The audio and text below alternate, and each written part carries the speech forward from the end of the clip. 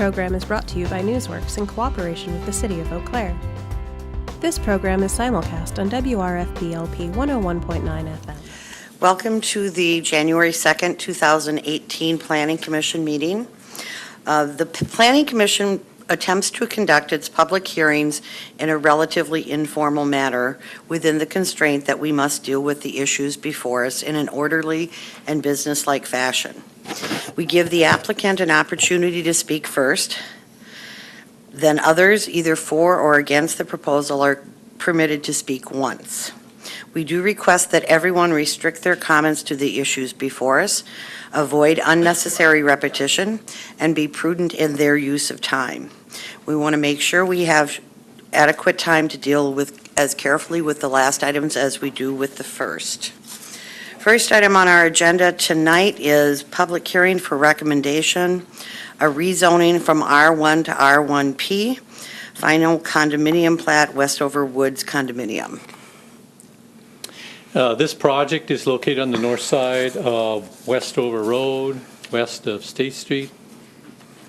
And surrounding zoning is R1 or in the town of Washington.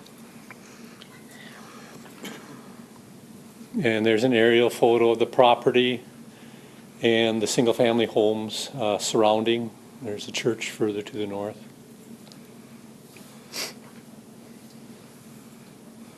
This is the general development plan for the project, showing a proposed private drive going through the site, providing access to 15 single-family homes.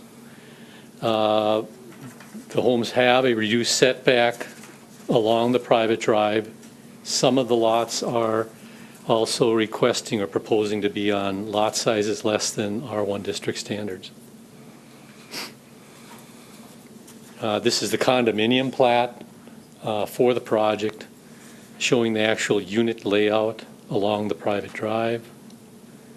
And since I reference in the report later, this is the existing plat for the property with public street access and based on R1 district standards.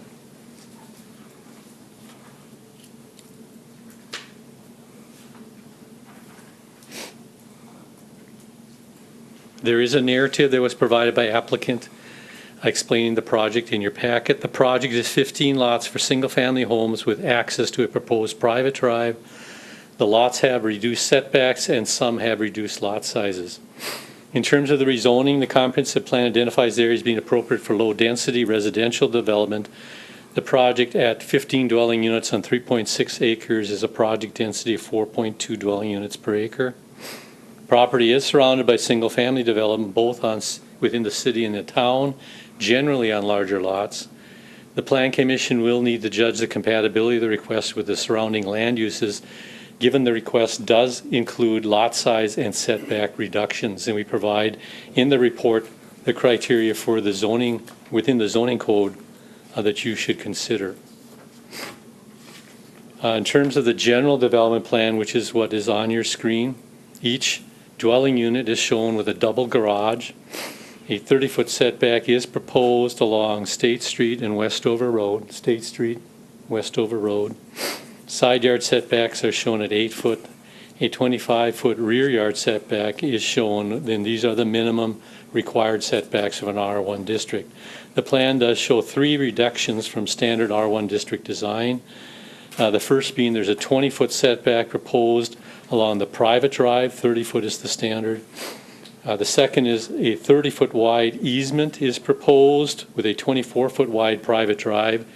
60-foot wide right-of-way with a 28 to 32-foot wide public street is the standard. And then reduced lot size are proposed on 5 of these lots. 8,000 square foot is the minimum standard. We did attach the various provisions of city code for review of residential plan developments. We would note the following concerns. The reduced front yard setback at 20 feet along a 30-foot wide easement for a 24-foot wide private drive leaves little room for parking, sidewalks, or other front yard improvements. Applicant's narrative states no sidewalk is proposed. This is not consistent with section 1810.050S of those attached criteria. sidewalks should be required for this project, yet there's no room for them to be built. The design of the project also is concerned, these homes from front to front are separated by about 70 feet across a private drive. Standard city at minimum setback, homes are separated by 120 feet across a public right-of-way. Our second concern, city code states that every lot shall normally front or abut on a public street, allowing plan commission approval on private drives. This project proposes a private drive. There is only one other development in the city that we are aware of with private drive access to single-family lots. There are a number of multifamily projects that do have private drive access. These projects are reviewed with the provision we place in your report. Private drives are allowed on a case-by-case basis. Private drives will not be allowed as a substitute to public streets. Projects designed for multiple ownership will not be developed with private drives. Setbacks from private drives will be the same as public streets, plus additional setbacks for sidewalks, boulevards, and snow removal. We believe this proposed private drive is a substitute for a public street since this property has a final plat, which is in your packet, approved by council with public street access that has not been recorded. This project is designed for multiple ownership. Reduced setbacks are being requested, which do not leave room for sidewalk, boulevard, or raises snow removal concerns. And we do not believe the Plan Commission should allow private drives for this situation. 5 of these lots within the project are proposed to be less than 8,000 square foot in size, which is the minimum standard of an R1 district. Again, we attach the standard and criteria for Plan Commission to consider as it pertains to this issue. The project provides minimum or reduced setbacks, and with the only common open space in this project being the 25-foot in the rear yards for most of the buildings, and that again is your minimum setbacks. And we are concerned with allowing reduced lot size for a project given the lack of common open space that is provided for this request. Excuse me. In terms of the condo plat, they do show a 30-foot wide utility easement under the private drive for city utilities. They do show a front yard 10-foot easement for private utilities. The association bylaws will need to be reviewed by city attorney. The fire department will need to approve the yard hydrant locations, which are shown on the general development plan with easements to them. A street lighting plan will need to be provided, and we did attach the city engineer's report. We attached a protest petition which has found to be valid under state law in opposition to this request in your packet. There are a number of other petitions that we have received and distributed to you in opposition to the request at your meeting.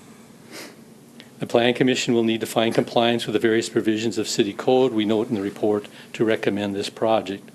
Conditions on the condo plat would be city attorney's review of the association bylaws, fire department review of yard hydrant locations with easements, the need for fire lane or no parking signs and address signs. A street lighting plan should be provided, and then compliance with the recommendations in the city engineer's report, which include a development agreement for utilities, drainage calculations, and street grades. Are there any questions? Are there any questions for Daryl? Commissioner Peterson. I believe there is no parking on this private drive. The fire department would determine that. My guess at a 24-foot wide private drive, there would be no parking. Okay, who would have jurisdiction over that, in that it's not a city street? It's a good question. Be the property owners? Probably. Yeah. Okay, thank you. Are there any other questions for Daryl? Commissioner Granlund. As a private drive, do the property lines extend to the center of that street, or is it otherwise divided or owned separately from the lots? The private drive is owned in common under the condominium plat. The concern with a private drive is its long-term maintenance needs for repair 20, 30 years. The ability of a condo association to set up bylaws and set aside for those repairs. So essentially the front lot line of each parcel is at the street edge? No, the The outlot for the private drive is shown at a 30-foot width. The private drive itself is shown at a 24-foot width, so it'd be 3 foot inside of the street edge. Okay, so that there is a boundary between the 3 street feet, and yes. the lot in Yes. each case. Commissioner Mitchell. Thank you. So I went back and looked, and last June, the final plat was approved, and that's what you're showing here in the packet, what you call existing plat? That's the approved final plat for the project, for this property, yes. Okay, so how can this general development plan be brought forward when it's so different from the existing plat? They have not recorded this plat. So this is not a dedicated public right-of-way. They are now asking to modify the development plan for the property. Had they recorded this final plat, this would be dedicated public right-of-way, and they'd have to vacate that street. So why don't they need to produce a different final plat? They are Is that what proposing a condominium plat And that substitute, or that They would counts? substitute. I see. for that final plat if approved. Okay, thank you. Are there any other questions for Daryl? Seeing none, I have one. The smaller lots, the ones that are less than 8,000 square feet. Yes. Can you tell me what the lot dimensions are on those? I don't believe they're, let me look at the condo plat. Yeah, they are, but I'm not going to be able to read this. I'll zoom.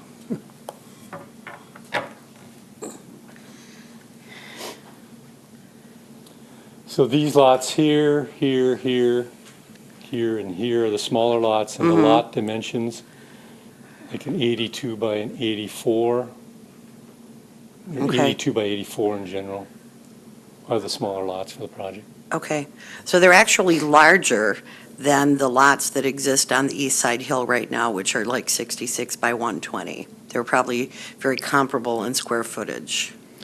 They would be comparable in square footage. They would be Shallower. Shallower. They wouldn't be as deep, Yep. but they would be slightly wider. But Yes. they do meet setback requirements on side and rear yard.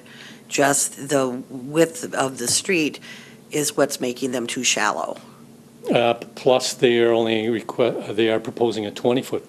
as opposed to 30. It's proposed to 30. Yes. Okay. But the only people who would actually be affected by the fact that the houses are closer together streetwise are the people who actually live in the houses. From the back, it doesn't really affect them because 25 foot is the rear setback requirement, correct? That's the minimum setback. Most properties that are developed in the city have larger rear yards than 25 feet. Okay. Very good, thank you. Are there any other questions for Daryl? I don't see any. Is the applicant here?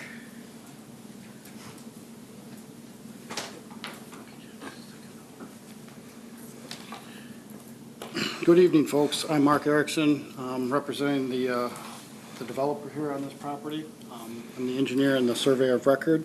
And I did get the city planning development department's comments and the engineering department, and I'm just here to facilitate a little bit more answers on them in depth and breadth. When it gets down to who's going to buy this and all that, we have a colleague, John Panzergrad, in the audience, is going to be able to address that. So, yes, we have one of these in the city, and yes, we actually did it. Some of you, may I shuffle this a little bit, Daryl? You may remember back to, zoom out, Wallace Creek Village in 2006, single-family residence, private street. We can go in a little bit more depth of it, but bottom line is that the concept is similar as in single-family, private access. The setbacks in here from face to face, I know it was just a recent thing, was only going to be 70 on these. These are only about 82 from where a potential house could sit and the adjacent across the street road house could sit. So just thinking ahead here a little bit, and Daryl brought up some valid points with regards to codes and stuff like that, and I'd just like to address them. Basically on the 181004, Yes, this development is in accordance or conformance to the underlying zoning district with the but statement. Yes, the front yards are a little bit lesser, not that uncommon. Back in 2015, you folks maybe remember Highview Estates as a Plat, single-family residence. We did reduce the setbacks to 20 feet there. Part of that was there was no connecting sidewalk. We weren't needing to provide any connecting sidewalk. So it's a reduced setback is a little unique, but not unheard of. If you look forward to, back just a smidge to this condo plat known as, I'm not going to zoom in here, folks. It's a condo plat known as Concord Way, the Concord Trail. This condo plat was brought in as I believe, an R3 zoning, potentially more dense residence, multifamily, but ultimately got constructed with all single families. This one has a 30-foot utility corridor with an approximate 24, 25-foot wide roadway, and then it does have an 8-foot, what would be perceived as a sidewalk easement on one side of the street. Face-to-face on these garages and houses or what have you is 70 feet. Definitely different zoning district. You're absolutely 100% right there. And, you know, we've also participated in a plat up on Clearwater Ridge. Once again, a little different zoning district, a little different layout, multifamilies. I gotta keep zooming in and out here. I need like a quick button. By the way, this is what a 1-year-old will do to you if you're not watching. Scratch your nose. Similar layout, multifamily here, 30-foot utility corridor. The roadway is a little bit wider to address a little bit of the parking concern. This one was stipulated to place no parking signs along the way so that the fire marshal did not want that, so something that could be implemented on this one. To your point, ma'am, the people that are going to be using it are probably going to be cognizant of that, and like I said, John will get into a little bit more of the marketability and who is going to be residing at this place. I'm not trying to seem fluttered here, I'm just moving along. Bullet point 3 on 181040 states the effect of the suitability of the site itself and development as proposed. Well, that's why we went through all this. Great lengths of showing footprints of houses and proposed units, driveways, accessibilities, and all that, because we wanted to really understand the feasibility of what could be built at this site. We wouldn't want to just propose something and then try to make it fit later. We took that extra earnest step to find out what is reasonable out here. Different sizes houses, different configurations, nothing set in stone. These houses are most likely going to be all custom houses, so they're going to have some guidance within the condo laws and stuff, but yet they're going to be unique in their own way. Provide different personality from house to house. It's not going to be a cookie cutter setup. Some of these look a little bit like cookie cutters on your maps and stuff, but once again, placeholders and concept of determining feasibility.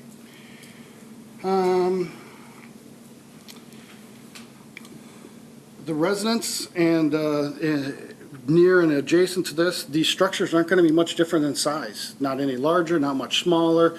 They're going to be in that 16 to 2,200 square foot range, which is pretty apropos for around the adjacent neighborhoods and stuff.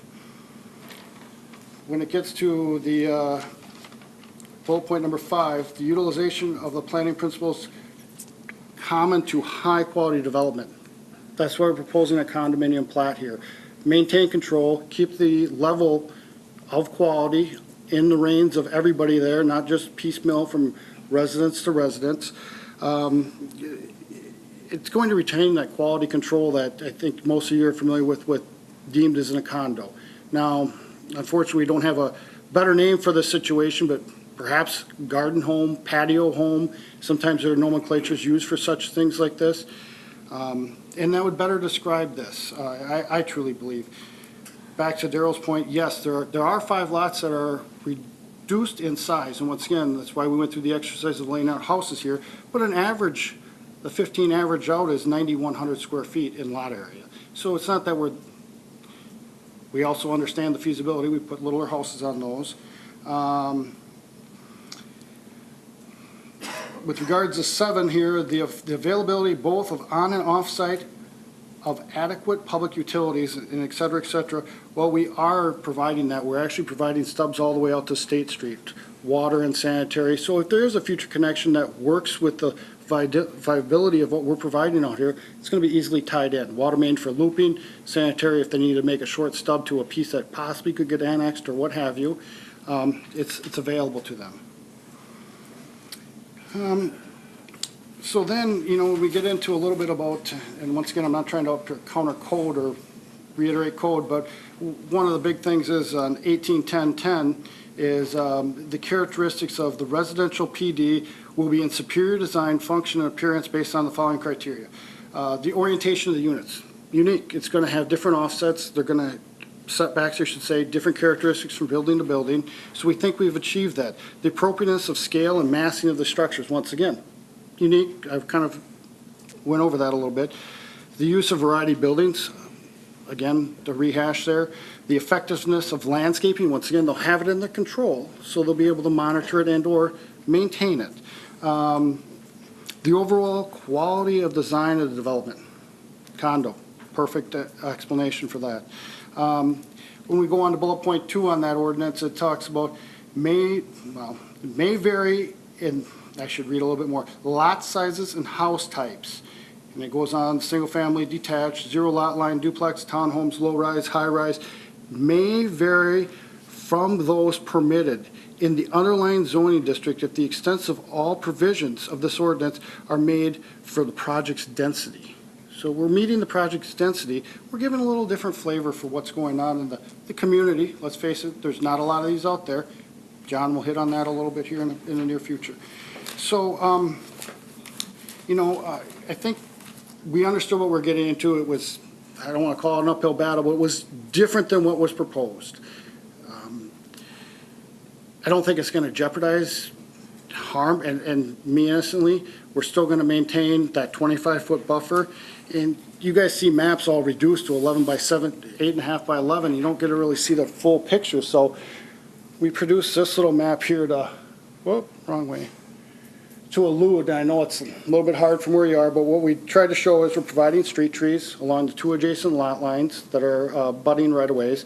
And then this internal stuff is what is most likely going to be lawn, probably well-manicured lawn. We also, the developers, as well as, being good neighbors, do want to preserve some of the existing tree line out there and or enhance it and plant trees around the perimeter, even in between and betwixt some of these rear yard facing rear yard structures. So if you look at the lawn, I mean, not to get in the nuts and bolts, but it's a 3.6 acre site, and we're looking at about 1.6 of just good high manicured lawn, trees, a half acre of trees that are going to be retained. We have a 25-foot setback, but nobody wants to perpetually maintain that lawn, as well as everybody wants a little bit of a buffer. So that's why we want to either save them or increase their screening ability as a whole. So I guess I'm here for anybody that has any questions. I know I kind of rambled and threw a lot at you, but we do have a unique situation here. I think it's fits what potentially John will describe as the market, the viability of what's going to happen here. One little caveat that I guess before I run I want to add, and that was how would this, and I'm sorry I'm going to flip some pages here, I'm not the person to talk about nuts and bolts and money, but it talks about the suitability, the feasibility, and the long-term maintenance required here. Ultimately, it's going to be less maintenance. I mean, yes, there's going to be a roadway, driveway that's private, going to have to be replaced in some amount of years. There's no doubt about that. But it's already going to be taken care of by condo dues and fees accepted. The public infrastructure probably could go 100 years without any touching of it. And so you're potentially getting 15 residents with little to do about nothing for maintenance.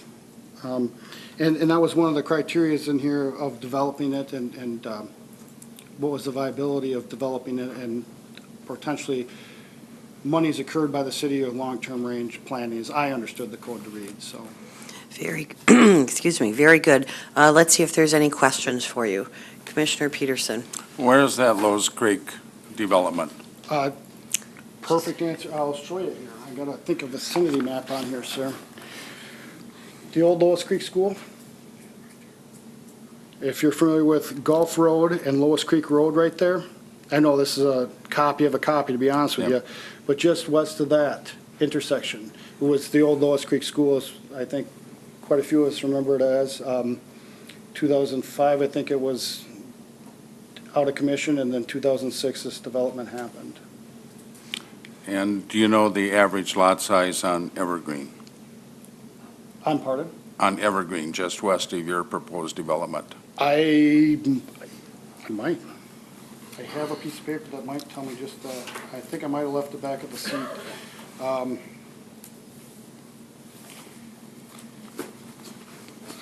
I can't spout it off, but it's probably a little bit larger on the lot size than what we're proposing. Probably 100 by 150 or larger. I wouldn't be fooled by that number, yes, sir. I don't have Okay. the acreage per se, right off. And if 3 or more cars were to visit any one entity in the proposed subdivision with the smaller lots, where are the extra cars going to park? I'll let the marketeer of this, Mr. Panzergraff, speak to that, because I'm not saying it couldn't happen, don't get me wrong. I don't know the great answer for that question. There would be 2 stalls in the garage, and then there would be potentially 2 stalls exterior of the garage, so. Okay. Any other questions for the applicant?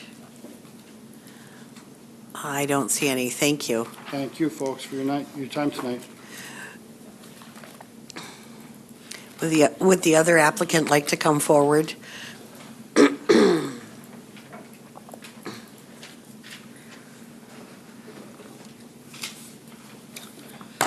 Hello, John Panzagra here, mostly real estate oriented, but I am a part of this project of sorts. And I kind of led them to it just as a function of what we really needed to have happen here in the community. Our condominium projects and our condominium availability is at, certainly since I've been in the business, which is just about 40 years, at an all-time low. We used to, for probably 10, 12 years, have an average between Eau Claire and Altoona of somewhere in the neighborhood of 60 condos for sale at any given time. And that's in all price ranges from, under 100 to 400, 500, whatever they be. At present, we have 9. Of those 9, 8 of them are under 200,000, and one is over. Actually, there's 2, excuse me. New one came on over the weekend, so there are 2 now.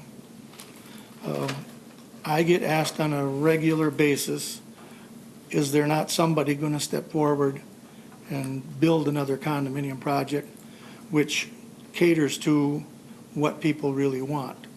From the condo side of it, I guess that other project that was going down by Hipsch, that's off the board now too. A totally different animal, obviously, in a high rise, but it takes people away. I had some customers who were looking at that pretty close. Well, they're not.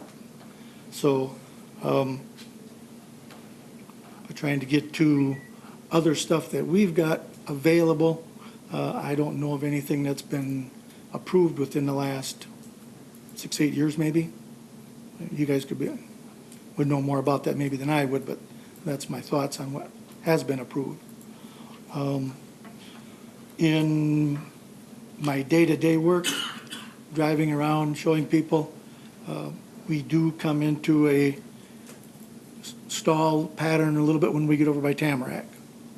Tamarack is something that's extremely desirable to people. It's nice and private with single-family detached units, has a fair amount of green space. Obviously, we don't have that kind of size to create that same green space. But we do have the ability to make that type of unit available. And so on the plans there, the minimum ones that we started with were 1,600 square feet. And that is about the minimums that are in Tamarack as well. There are a few of them that are probably 1,300, so some smaller than that. I've had a few people ask me. I have not talked about this project to really anybody as far as a sales side of it. A few people saw it either in the paper or talked about it and asked me if this was something that they might be interested in. And I said, well, we'll see what happens first. He said, well, I'm not one of these guys that's in the $400,000, $500,000 range. I said, well, we have a mix in here of value to appeal to a lot more of the market. Those people that are selling a modest home, be it Putnam Heights or somewhere, would still be able to afford something like this. I think of, and we did try to make the homes that were in the substandard lot sizes that were under 8,000 square feet. We did still manage to put that type of house on that and still have plenty of room left over. From driveway to driveway, space between houses, we're in that 56 feet range of green space. There's a couple other projects that were out there that I've showed and stuff where they had 60-foot wide sites. The whole site was 60 feet wide. Two-car garage and driveway had to come out of that 60 feet. And that was single-family type condos. And so we're way, way above that. And like I said, with the 80-foot wide average on the smallest ones, that puts us, in the Putnam Heights, those lots are like 80 feet wide with setbacks that are very comfortable. And on the drawings that you got to say, okay, what was the purpose of what we put in there for footprints of houses? Very confusing to a lot of people to say, is that what's going to go there? Because it seems to say that's what's going to be built there. Not true at all. We have not designed or finished anything regarding the size of the house. And I would say a lot of those are going to have much bigger setbacks than what the building envelopes are. So I think there would be a lot more green, space. I know neighbors are concerned about how close they're going to be, but we've got the minimum setbacks of the 25 feet and certainly going to be more in the majority of the cases. Very good. Does anyone have any questions for the applicant? Commissioner Peterson. Were you involved in the Lowe's Creek project also? I am. What was the street width there? I wasn't involved in any of the layout and stuff like that. I'm involved in the sales part, but Was that a city street? no, Private street? private street. Was parking allowed on there? I don't know if it's necessarily allowed, it happens. That I know. And in that the last gentleman couldn't answer my question, what if 3 or more cars come to a single house in this development? Where do they park? I'm guessing they would park on the street if that was the case necessarily. I'll go to another type development. I don't know what they would do. I mean, the biggest, I guess, reference that I used in units and sales was the Putnam Glen development, which has 26 residences on it on a private drive. And I'm not sure what the street setback or what the setbacks are, but I know they can't get more than 1 car in there. And they really don't have any place to park or put any snow. Because that was one of the concerns also, was their snow removal. And we've got more than ample place to put snow. But my question was, not with the I other know. Putnam place, with this place, Right. with the three or more vehicles that come visit, let's say they're having a little cocktail party for the evening, and there's no parking on the private drive, it's not a street. Yep. They're going to have to go to Westover, they're probably going to have to go to State Street. Or we get the neighbor to park, they can park in their yard if it's a neighbor party. I understand, yep. Okay, thank you. Are there any other questions for the applicant? I have a couple. What are the square footages roughly of the condos that are at like Southgate Court? Just in rough terms. And, Southgate, most of them would be 1288 to 1370. okay, if someone wanted to build a unit that small in this site, would that be acceptable? Yeah, You're not we're establishing a ruling it minimum out square again. footage? I Okay, mean, the trend, as we say, nationwide trend is smaller homes, nicer homes, but smaller. okay. Another question, there's also the condominiums on Westover, that Evergreen, Westover, and then the next street over is condominiums. Any idea what the square footages are on those? There's actually one that's up for sale right now. I believe it's 1,500. Okay, so they'd be 1570. comparable in size then? Yep, those range. Smallest one, I believe, is 1288, and there's probably one or two that are in the 1,700 range. Okay, thank you. One last question. Looking at the plat, and the parking really is a concern, would you be willing to have one of those lots be a common area and have it be a parking lot so that people actually did have some overflow parking? Take one of those smaller lots and do so? I guess that might not be a problem, because we did also discuss if we took those substandard lots, where there's like 3 in a row on each side of the road. We talked about saying, okay, if we take those 3 lots on each side and turn them into 2. Okay, So we would get those up in excess of the, 8,000 square feet. They'd actually be close to 10,000 then. And then would that allow us, you had to put in, we could actually put one on each side of the road to park some cars in, yes. Could be done. okay. Very good. Commissioner Mitchell? Before we go too far with that, Daryl, may I ask Daryl a question? To put a parking lot in an R1 district, need at least a conditional use permit, right? Yes, you'd have to have a public hearing and a conditional use permit for that. Okay. Okay. It's just an idea, that might help with the parking situation in the narrower street. Very good. Any other questions for the applicant? I don't see any. Thank you. This is a public hearing, and we will open it up to public comment.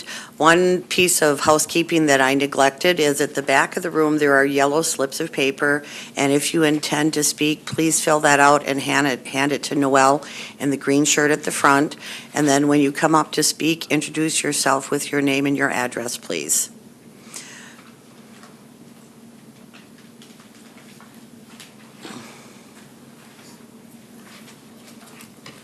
Hi, excuse me. My name's Angela Axelrod, and I live at 3391 Evergreen Lane.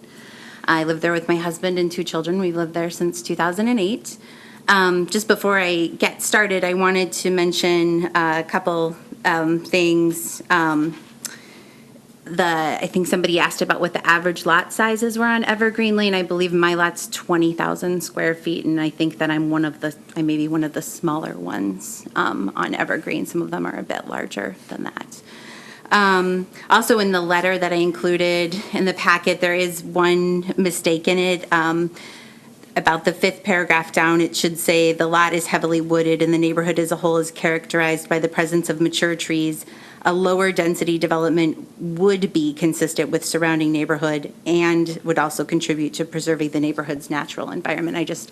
On rereading that, it was a little confusing and I wanted to clarify. So I am speaking to you on behalf of the vast majority of neighbors and homeowners in the Evergreen Lane neighborhood and the surrounding area, including Westover Road and State Street. In addition to the formal protest petition, we also have an opposition petition here signed with 49 signatures from residents who live adjacent to and near the property in question. I believe every single home but one on Evergreen Lane is represented in that petition. So out of the 18 homes, there's 17. And honestly, we were under a bit of a time crunch, and with the holidays, people were away for the holidays. It was also -19 one day, which made door-to-door canvassing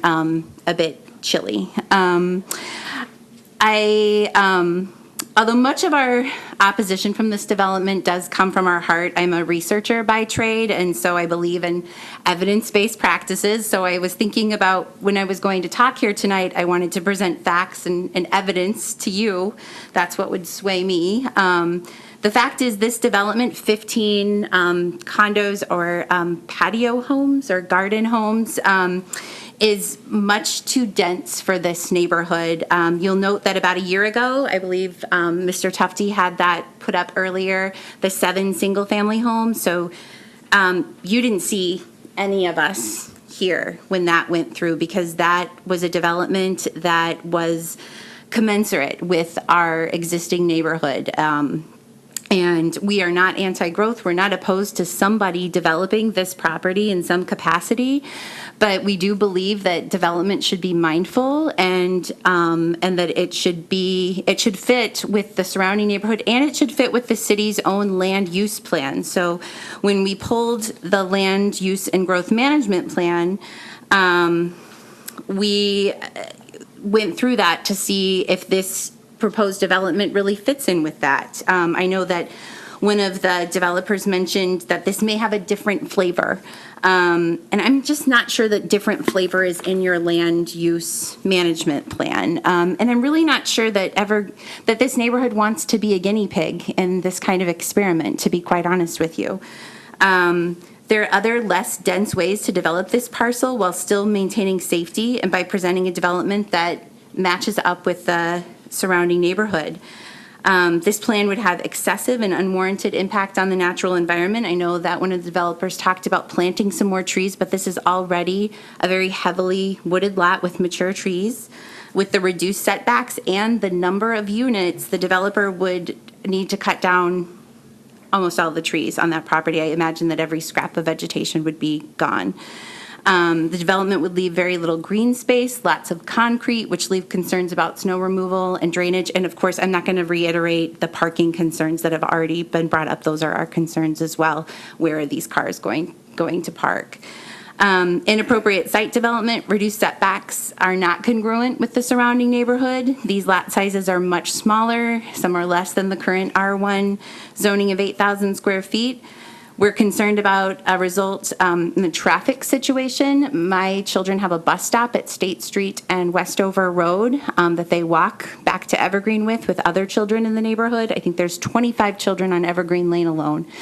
The traffic, when we go to turn during rush hour, sometimes it can be a bit of a challenge, like the game Frogger, when you're trying to make a left-hand turn on a State Street from Westover Road. Sometimes if I can make that turn in under a minute, I feel like confetti and streamers should rain down from the sky, because I feel like that's a pretty big accomplishment. So I can't imagine what 20 or 30 additional cars in that kind of current intersection, what kind of traffic pattern that's going to create, and no sidewalks either. So this plan goes against the city's land use and growth management plan document. It says that it may consider rezoning to a more intensive use if it's consistent with the map. And as you can see on that map, there's no other higher density developments like this nearby. The only condo development on that State Street corridor is Tamarack. And if you are familiar with Tamarack, you know Tamarack is nothing like this proposed development. There are condos at the corner of Stein Boulevard and Westover Road, which you had mentioned. That's about a half mile away. But that makes sense in that location, as that Stein Boulevard corridor starts that transition to some multifamily housing and then commercial. So this would be kind of this sore thumb on the corner of State and Westover, where this development over on the Stein Boulevard corridor makes a little more sense. And I'm just going off the land use map by keeping kind of like things together, and that's what's laid out here. So just to summarize, the plan states that and I'm reading this from the plan, adequate safeguards should be made to ensure that there is not an adverse impact in terms of excessive traffic, noise, light, inappropriate site planning, and excessive or unwarranted impact on the natural environment. And as I've just presented rather quickly, I can feel myself talking fast.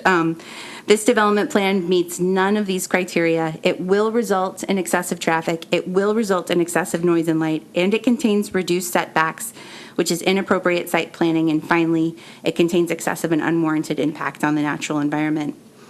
I know we live in a free market, and I'm not unsympathetic to wanting to make a profit. And so if the developers are concerned about their issue of a profit, lot configurations that are consistent with the character of the neighborhood would likely still result in an appropriate return, given the appraised value and the list price of this property. I'm not going to go into a huge market analysis here, but the suggestion that this condo development is necessary to make a profit can be refuted. And if there's a need for condos in this area, I'm sure there are other places in the city that a condo development would be this dense of a condo development. I keep saying the density is really the issue here, not necessarily that it's condos, it's just how many of them there are would be a better option.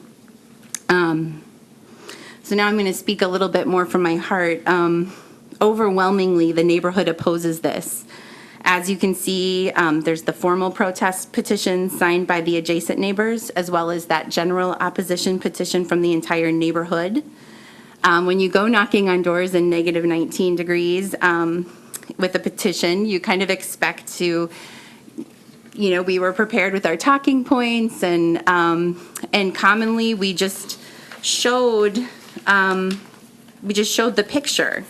We just showed them this, and people said, "Where do we sign?" We didn't have to really. This was so intuitive when people saw this, that the neighborhood saw this, that this wasn't the right move for this neighborhood, and this isn't a good fit. So, like I said, I expected to have to give some talking points and maybe have a few people who would be on board, but overwhelmingly, people signed this document. I have no doubt that had we gone up and down State Street a little bit more, or further west on Westover Road, we would have picked up even more signatures. But honestly, time crunch stopped us in the holidays and the weather. This development plan has caused a great deal of anxiety and stress in our neighborhood, and it makes me personally a little disheartened that it feels that someone's just trying to maximize every square inch of this parcel just to get as much profit out of it as they can, to the detriment of the existing neighborhood. But I've also been inspired and gratified the way the neighborhood's come together.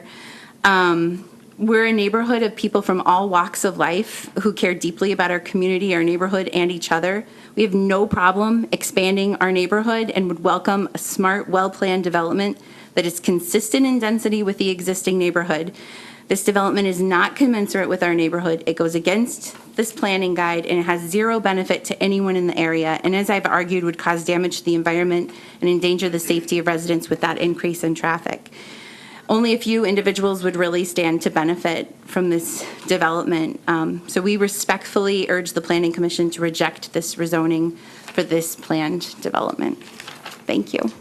Before you leave, let's see if there's any questions for you. Are there any questions?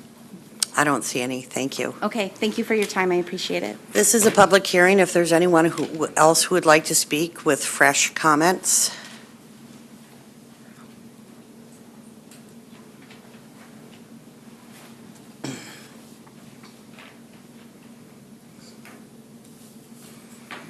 Hello, I'm Chuck Forster. I live at 3607 Glenway in the same neighborhood. And I have been asked to be an investor in this also. Primarily my reason is I live in the neighborhood. I want to downsize. We're empty nesters. I have 5 bedrooms, 5 baths. I don't need that.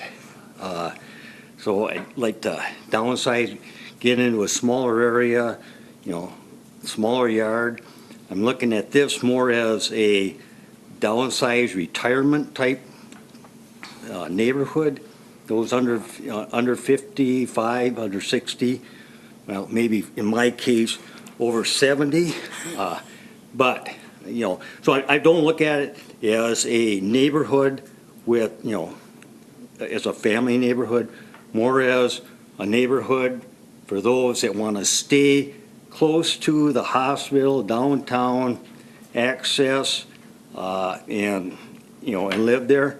I have been involved in several, developments in the area. Stonebrook, south of town, Wissota Golf Course, Settlers Glen, so Wild Turkey Ridge. And part of this is, in this, there's when you do a development, there is a committee, of the contract committee, so the construction, so you can't, if somebody wants to build a 12,000 square foot house or 1,200, no, it has to go to the committee. The aesthetics have to meet the neighborhood, so you don't have, various colors, you don't have tall buildings, things. So if I want to live in that neighborhood, I'd like to protect that neighborhood and those that do agree to build there. So, there's not a whole lot of places that you can downsize and live within, that general area. Yes, there's Tamarack that's over 30 years old. I'm going to downsize, but it's probably going to cost me just about as much to build something new as what I now own. So, thank Very you. good. Let me check and see if there's any questions. Are there any questions for the speaker? I don't see any. Thank you very much. This is a public hearing. Is there anyone else who would like to speak?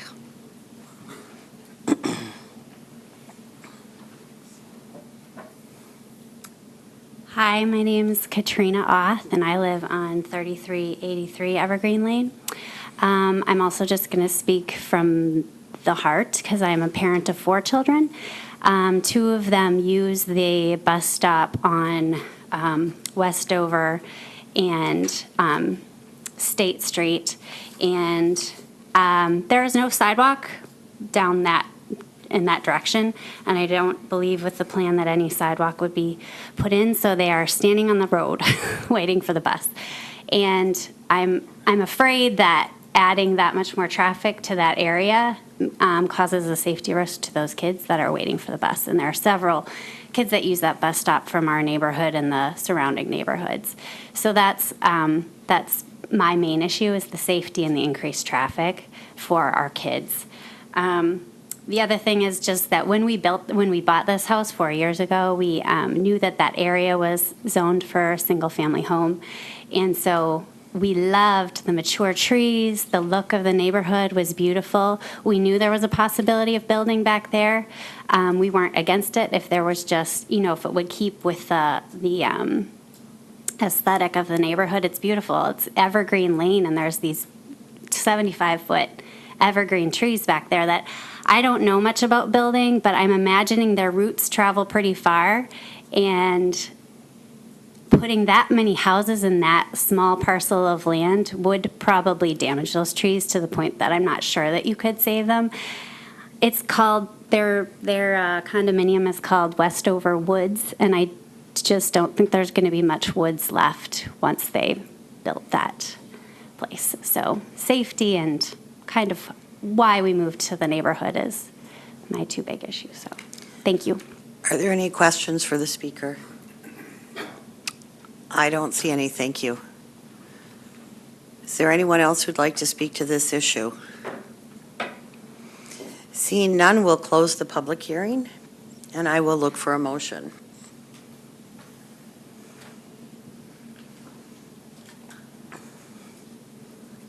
Well, I'll move approval with staff Thank you. recommendations. Do we have a second on I'll that second. motion? Okay, we have a motion and a second. Is there any discussion? Commissioner Mitchell? Yes, ma'am. And even though I moved for approval to get it on the floor, I will not be supporting this rezoning for probably the 3 main reasons that are mentioned in the staff report.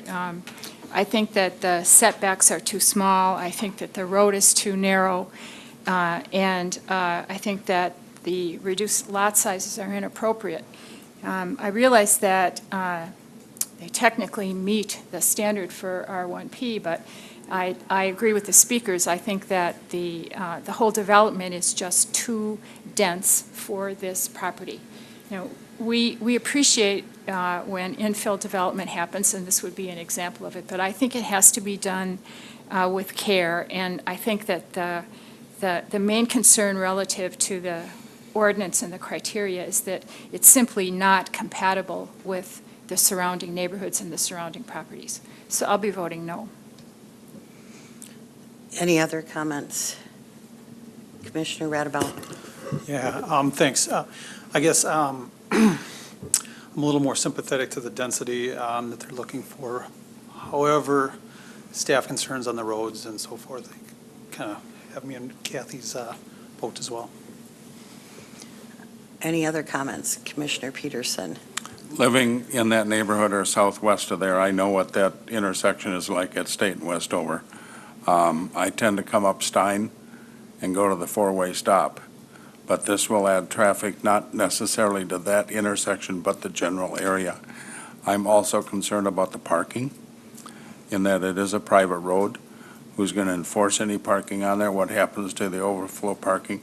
I'm also concerned with the reduced setbacks.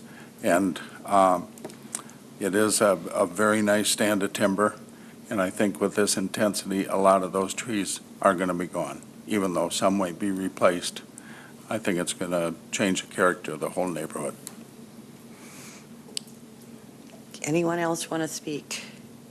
Commissioner Seymour? Thank you. I also will not be able to support this plan as it is drawn up. I think Kathy pretty much expressed the same views that I have on this issue, so I won't repeat that, but that's kind of where I stand. Anyone else? Commissioner Klinkhammer? I do have a question, if I may. Darrell, if it's pretty specific in the material here that we can't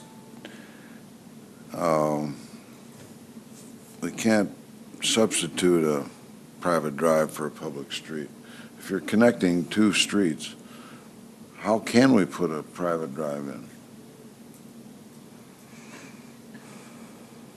There are instances where private drives, particularly with multifamily development, have been approved by Plan Commission. They weren't all cul-de-sacs? I would say the majority were cul-de-sacs.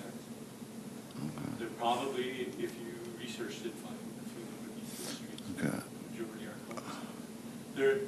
They're essentially used when you have small irregular type properties.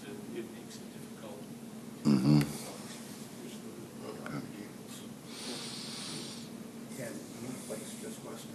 there's probably a few, but it's normally associated with multifamily development, normally cul-de-sacs, some have through streets.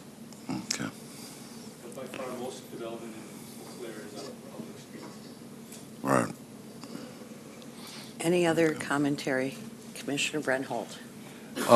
Not to reiterate the previous comments, but in driving past the proposed development today, I struggle to see any compatibility with the existing neighborhood. In my mind, it's an apples and oranges comparison, so I'll be voting no as well. Anyone else? Then I will speak. I actually think this condo development is very compatible to this neighborhood. Within a half mile, there are 3 other condo developments. The ones on Westover, and I can't think of the name of this street, but it is Westover condos, and those are duplex units. Southgate Condominiums has been an extremely popular condominium development since the late 1970s, and I'm not sure if that's a public street or not. And then you've got Tamarack, all of which usually have waiting lists for people who would like to get into them. So I think because Westover Road started out as a rural street with just a few houses along it, and then there's been some development, there's room for some area with smaller units. I do have some concerns about the width of the street and the parking, and I'd like to see those addressed. So, but I could support this. Commissioner Klinkhammer. I have a question for Mr. Panzagraw, if he could come up.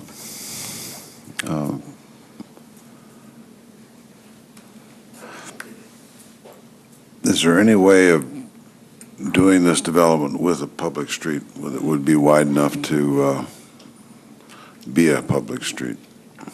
In order to connect it from Westover and through, the area that's from State Street in is just a little bit too narrow. I mean, it's 20 feet probably, but that's enough to take out the ability to put in the public street, because we definitely would much rather have a public street than a private street. I mean, just the politics and with condominiums, you'd love not to deal with having to maintain a private street, because, it's not easy. But we've had more practice in the last few years because of the state laws regarding set-aside funds and stuff like that for those types of things. But like I said, I can remember when we first had Tamarack, the first time that they had to resurface those roads. That was kind of a shock to everybody that lived there. So we wouldn't want, but you set aside, funds right from the beginning as a contingency to take care of those things. Thank Yes, you. we certainly would have been, again, I said, the density part that people question, I said we would be willing to work with taking out those 2 lots and combining those 3 into 2, getting rid of all of the sub 8,000 square foot scenarios. Because we actually started with a cul-de-sac that was coming off of Westover and coming in and taking a little bend. That's where we started. And that had, nothing wrong with it. It had 8 or 9 lots, things like that. But the problem that I had from day one is I did not want people backing out of State Street onto the road. I mean, to me, that was just a no-do deal. Because I do travel that every day, 2 or 3 times, and that's not something I'd want to be involved with. Thank you. Is there any other discussion? Shall we call the vote? All those in favor? Aye. Any opposed? Aye. Motion fails. Next item on our agenda, public hearing for recommendation, a rezoning from TR1A to R1 per Grover Road to approve a preliminary plat.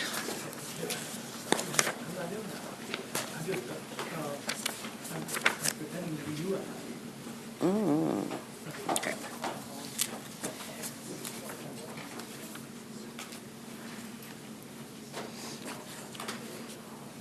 This property is located on the south side of Grover Road, just west of Tiffany Lane. And the surrounding area is all R1 zoning. This is an aerial photo then of the property and then showing the single-family home that are surrounding it.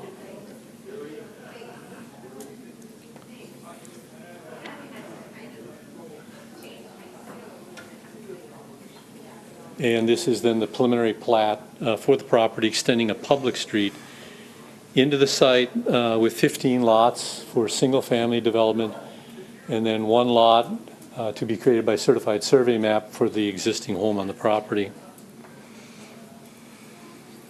In terms of the zoning, the comprehensive plan identifies areas being appropriate for low-density residential development.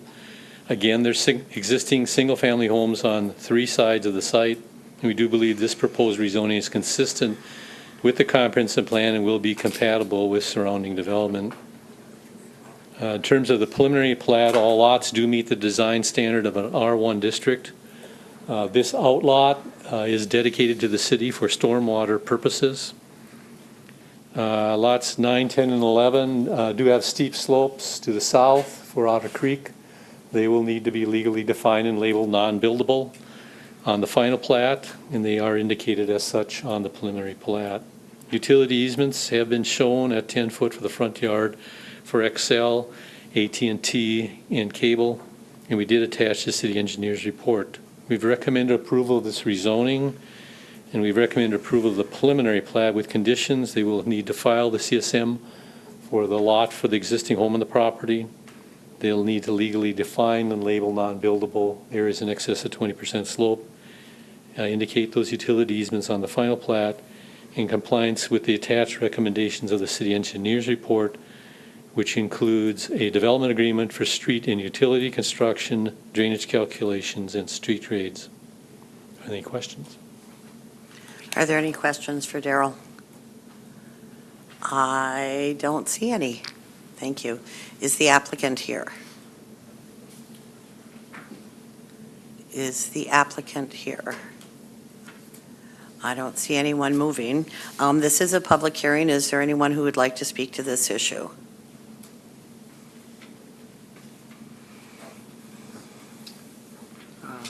Hello, everyone. My name is Chris Seelan. I'm here with my wife, Becky. We live at 3721 Gold Ridge Road, which I don't know if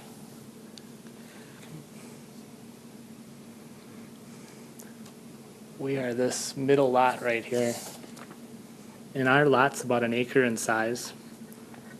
The lots that are proposed for my backyard are potentially about a third of my lot size.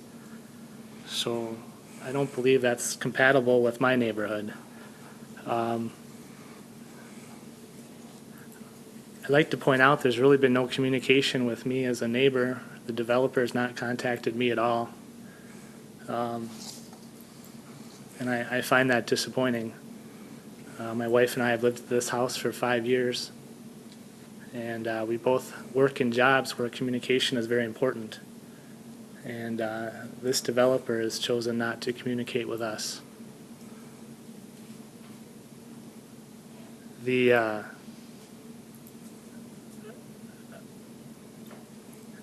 development, I think, is a little too dense. I think it's being shoehorned in there.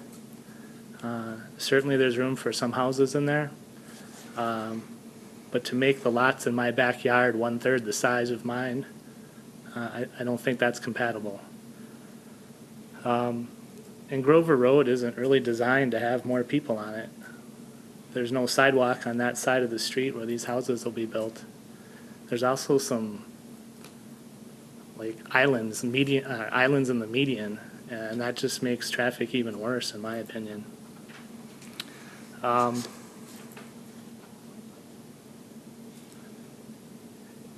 You know, my backyard looks out into this nice acreage, and we have a nice view, and we've enjoyed it for 5 years. And my wife and I understand that we can't prevent development on that. We just ask that you consider it to be a reasonable development that's compatible with where we live. And again, those lots will be a lot smaller than our lot size. We're concerned about density and traffic and the lack of communication. I found out about this hearing because there was a notice on a sign just off the street. Would have preferred to have heard this from the developer. Would have preferred to have some communication. I thank you all for your service. It's nice to live in a country where you can have your voice heard. I know that we don't have a section of people here complaining, but hopefully that doesn't make our opposition any less important. We live there, and it's important to us. And so I'd ask that you at least consider rejecting this proposal for no other reason than it's not compatible with the people that live right there.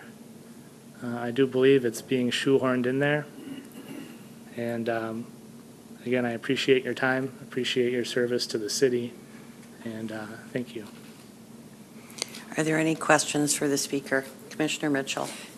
I have a comment and a question. The comment is that we've worked really hard to put up those signs so that all the neighbors would see them. So from the city point of view, I'm glad you saw it, and that's our way of of letting you know. Sure, if about I it. could comment on that, though, there's probably some people in the neighborhood that don't physically drive by, that may not go down that far on Grover, so they may not see the sign, but still the development would seriously impact them.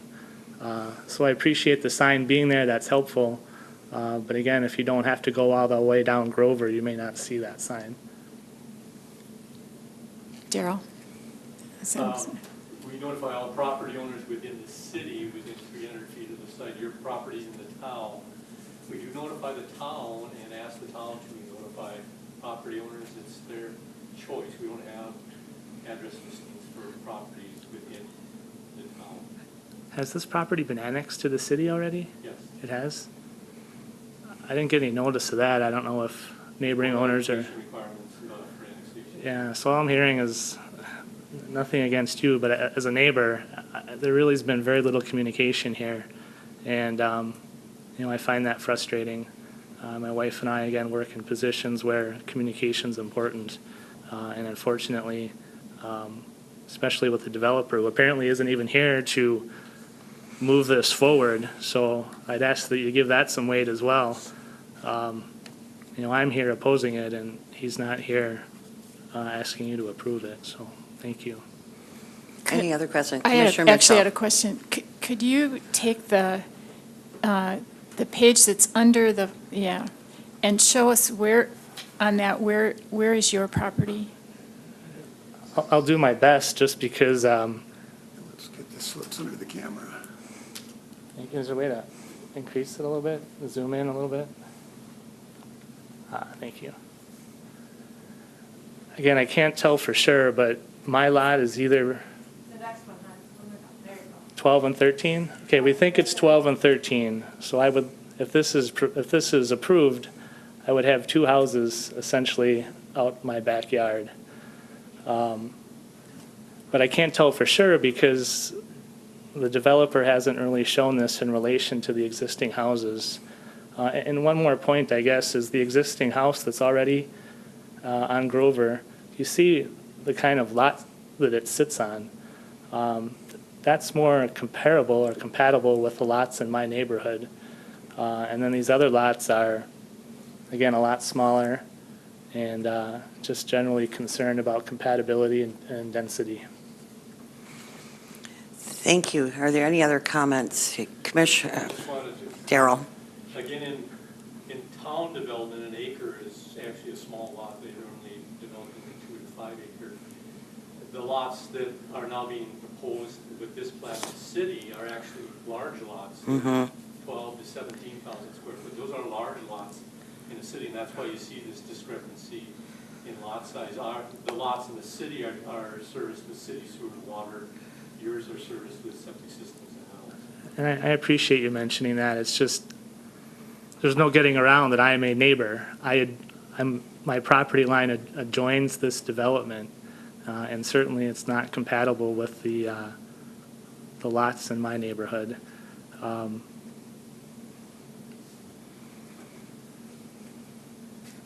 Thank you. Okay, thank you for your time. Is there anyone else who would like to speak to this issue? Is there anyone else who'd like to speak to this issue? Seeing none? I have a question. Yes, Commissioner Brett Holt. Yeah, thank you. Daryl, just out of curiosity, did you know the applicant was not going to be here this evening? I was just, They had not spoken to me. They could have talked to Ryan as part of my staff also. okay, I was just wondering whether we were aware. Thank you. And I guess a procedural question is, do we have the ability to make a motion to table this for a future meeting? Given the applicant is not here and You can't postpone it. you can? Yeah. Okay. Okay, we'll close the public hearing, and I'd be looking for a motion. Any? Come on, Commissioner Brett Holt. I'll move postponement till a later date when the applicant can attend and present their position on this. Second. We have a motion and a second. Any discussion? Commissioner Klinkhammer. I guess what if we postpone it, what information are we going to be having the benefit of that we don't have now?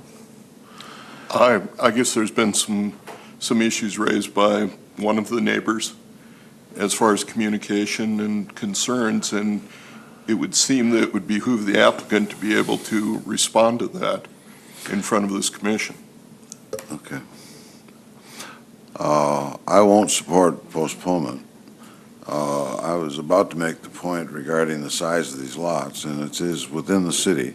So for efficient distribution of services, we're not going to be making huge 4 or 5 acre lots. So I don't see any reason to not approve this. Is there anyone else who has any comments? Okay, so we'd be looking for a vote in favor of postponement. All those in favor? Aye. Any opposed? Aye. Do you need a hand count? Yeah, do that again. Okay, all those in favor, raise your hand. All those opposed? In favor of postponement. So there's 3, 4. Okay, and all those against postponement? Got it? Okay. All right, so then we'd be looking for a motion for approval. I'll move approval with staff recommendations if there are any. Do we have a second? Second? We have a motion and a second. Any discussion? Commissioner Peterson. I just want to point out that living in this neighborhood, those lot sizes are comparable to others' lot sizes within the city in that area. So the adjacent town, it may be different because of requirements for septic and wells. Any other discussion? Commissioner Eric Larson. Sorry. That's right, you got my name right. So I would have supported postponement because I think that there's a degree of,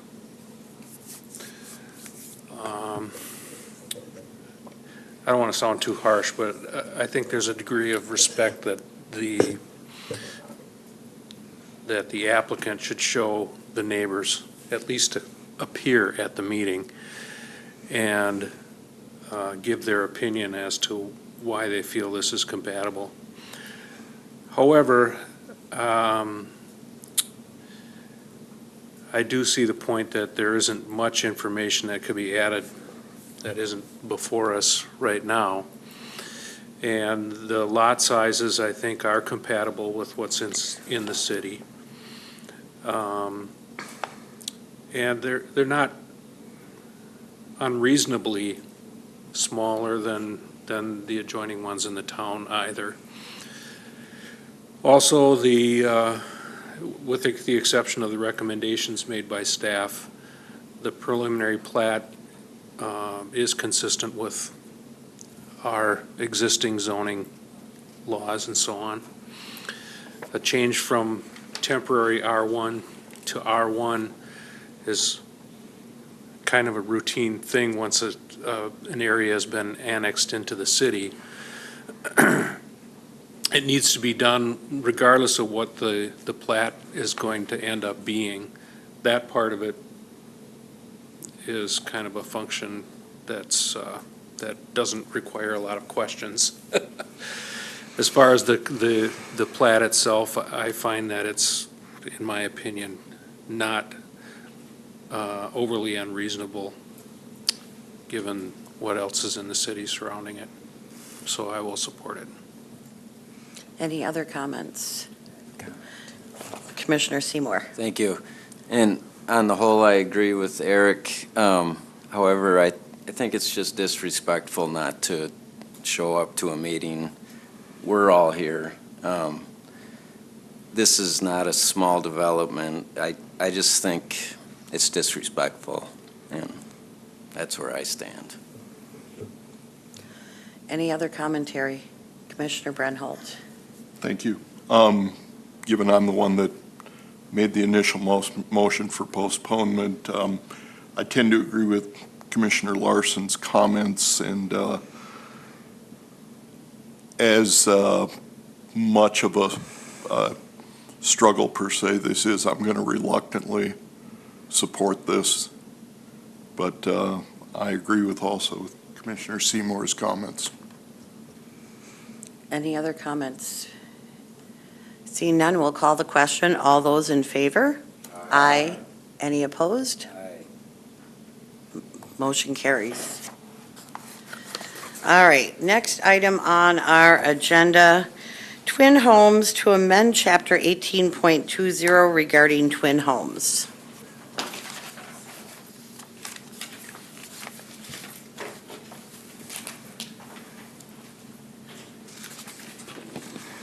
Within your packet is the proposed amendment to the zoning code, which would require a joint cross-access and maintenance agreement to be recorded with land divisions for the splitting of a two-family residential lot or twin home.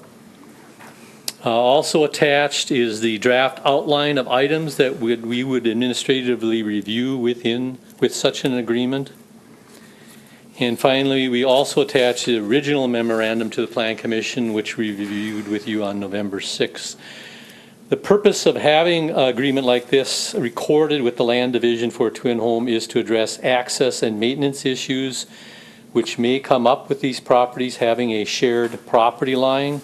And the items that should be addressed are listed in that outline in your packet, and we would provide this to an applicant. Of greatest concern are our public utilities and private utilities, that they're properly addressed so that long-term maintenance can be provided. We did find that many developers within our community already are recording this type of an agreement with twin homes, and we did attach the example of the agreement that Cody provided us with the twin homes he's building within our community. This ordinance is similar to requirements of association bylaws being recorded with condominium plats as required by state law, and we are recommending approval. Are there any questions for Daryl? Commissioner Mitchell?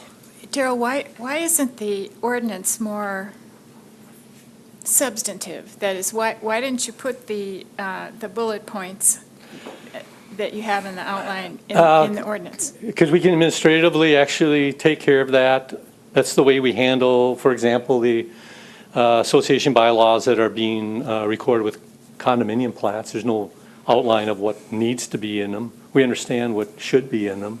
Administratively, we've been taking care of that for 20 plus years, and we believe that's the more appropriate way to do it, is just simply say you got to record these types of agreements.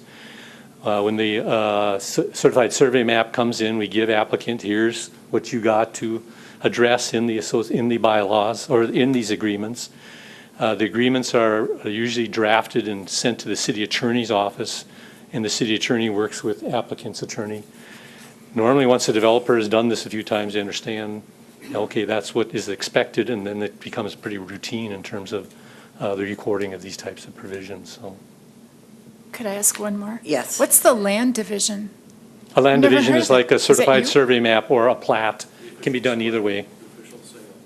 It will be recorded With the by- land division? With the land division. Which would either be the certified survey map or the plat that created the lot or the land division for the property. It's a general term. Could have used the term subdivision. Many twin homes are approved. Yeah. Many twin homes are approved by certified survey map, so they're done administratively. Some are done by plat if it's a larger project, and therefore then we see them as part of a plat. But in reality, right now, when we do condominium plats and the association bylaws that get recorded with that, those, the only person really reviewing them is the city attorney's office. So it'd be the same thing going on here. When Cody was here speaking to us last month, didn't he say that a lot of times that final certified survey map isn't completed until the house is built so that they've got an exact division in the center? Right. What Cody found, he tried a plat up on North Jeffers Road where he did the twin homes with the plat. And then his builders came out and built the twin homes, and they didn't get them right on the property line. And he had to go out and correct a whole bunch of them by certified survey map. So what he likes to do is just plat the development as duplexes, and then once you build the structure, then file the certified survey map, which we administratively approve, to make sure it's exactly on that Right. property line. And I think that makes sense. It does, yes. Without me reading through the whole thing, I have one question. Let's say that you've got a twin home and the roof needs to be replaced and there's a conflict between the owners. What is the mechanism for resolution? There'll be language which, again, if you look at that outline, we'll actually encourage, and the city attorney will review this, that these provisions have some type of a conflict resolution in them.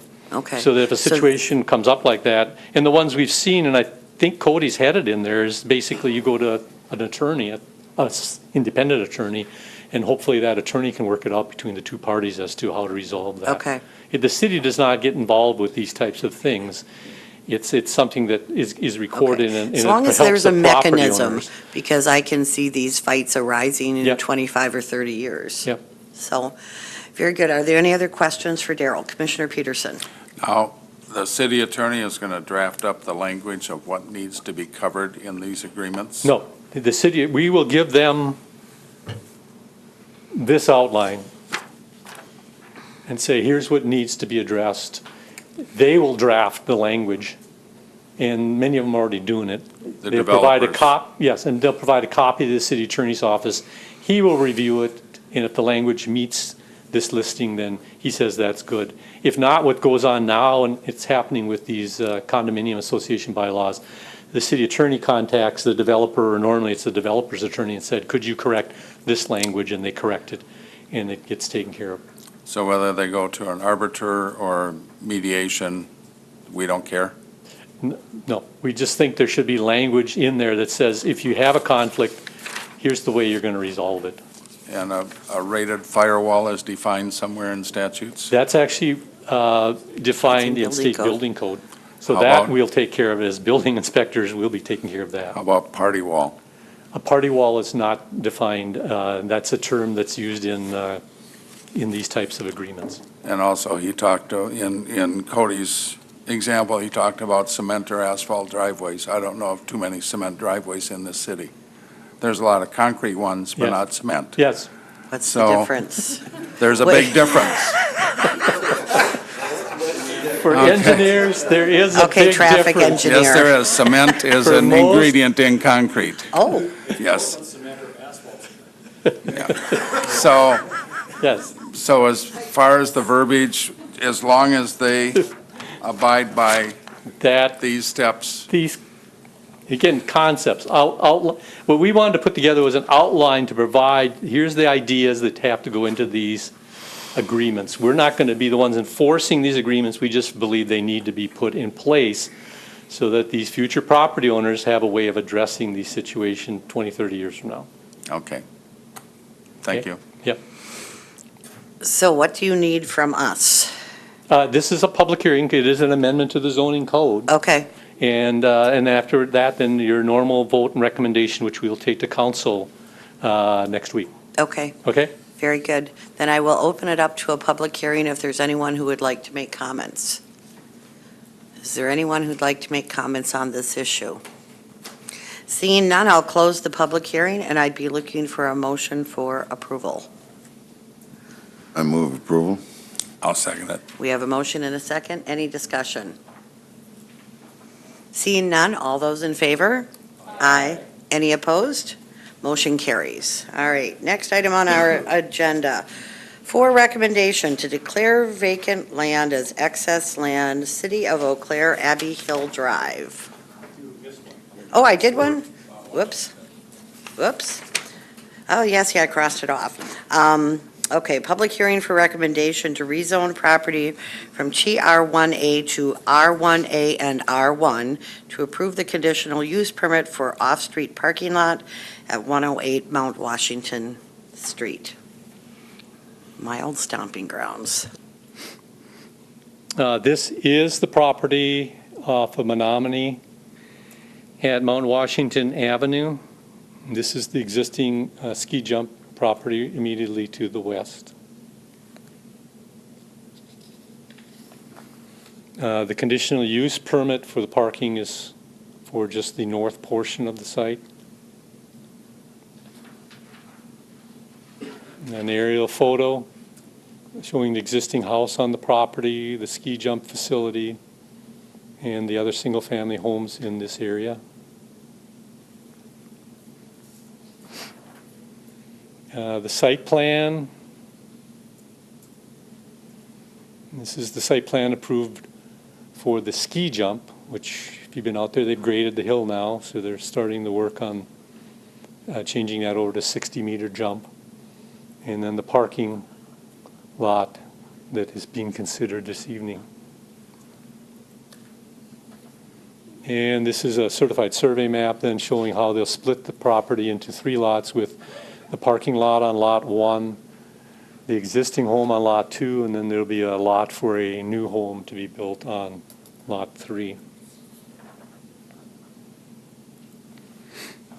There was a narrative provided by applicant explaining the request we placed in your packet. The comprehensive plan identifies the site as being appropriate for low-density residential development.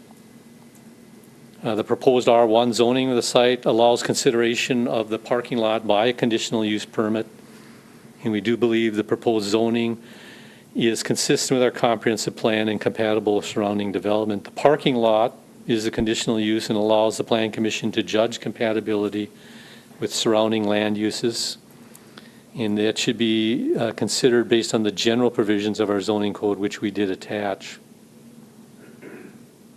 This overall site plan illustrates the layout of the parking lot. The narrative provided by applicant explains the need and the improvements proposed for this parking lot.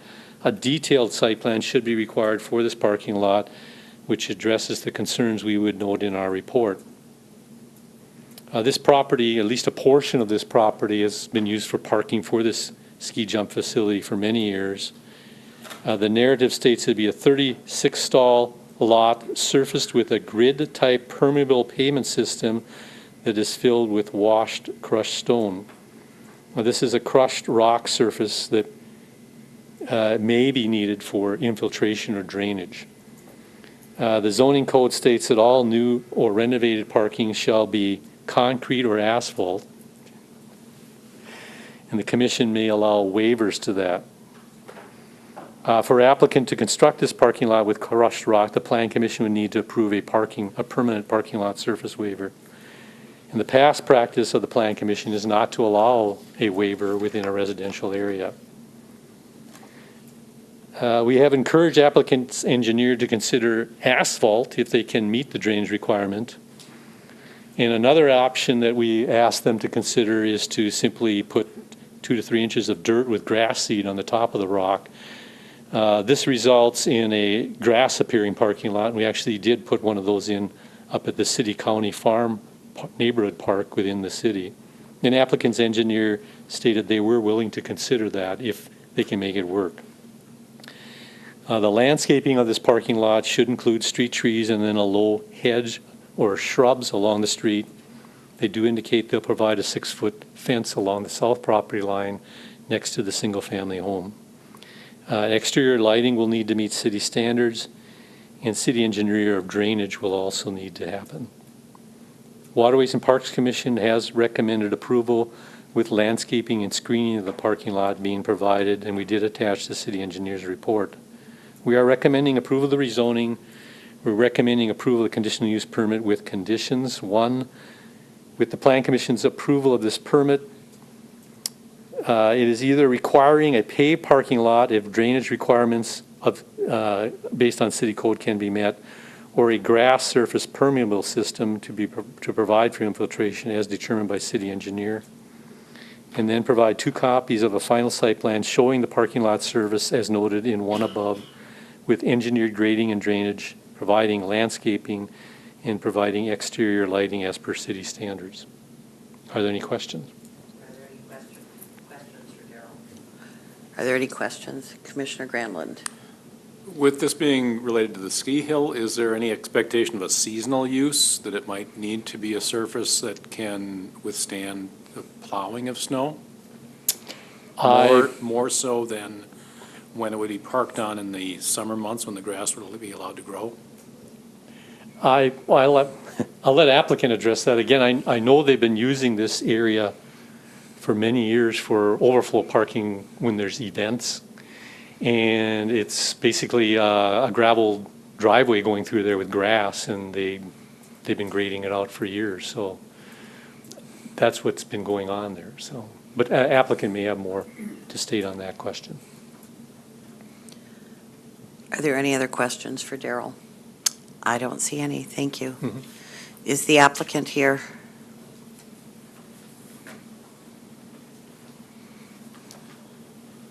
Good evening. My name is Matt Gundry. I'm with Fleming, Andry and Associates, and I'm here representing the Flying Eagle Ski Club. We are the ones applying for the conditional use permit for that property. We're in anticipation of purchasing that lot, number one. Briefly to kind of expound on what Mr. Tufte's already explained, we did have the discussion about the pavement surface. In the engineer's report, I believe he mentioned that we would only need to meet the redevelopment requirements for stormwater runoff. With that in mind, it's much easier to meet the infiltration and sediment requirements. And so I think we're just going to go with asphalt there. It's going to be easier for us to maintain. It's less expensive. It's about half the price of the grid system. And we can still achieve the number of stalls that we feel we need there without exceeding our stormwater runoff. So. Very good. Are there any questions for the applicant? I don't see any. Thank you for your patience and staying. Yep.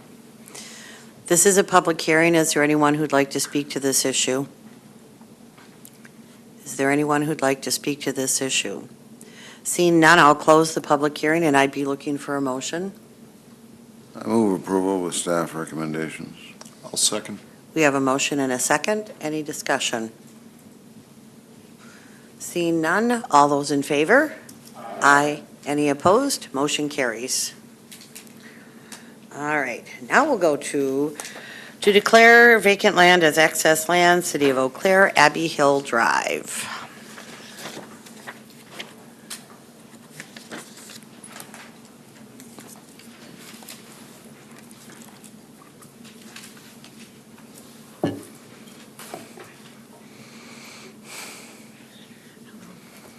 All right.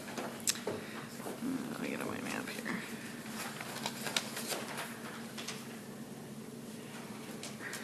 Okay, in 1991, property was acquired to connect Diane Lane and Abbey Hill Drive, what is now known as Mandy Lane.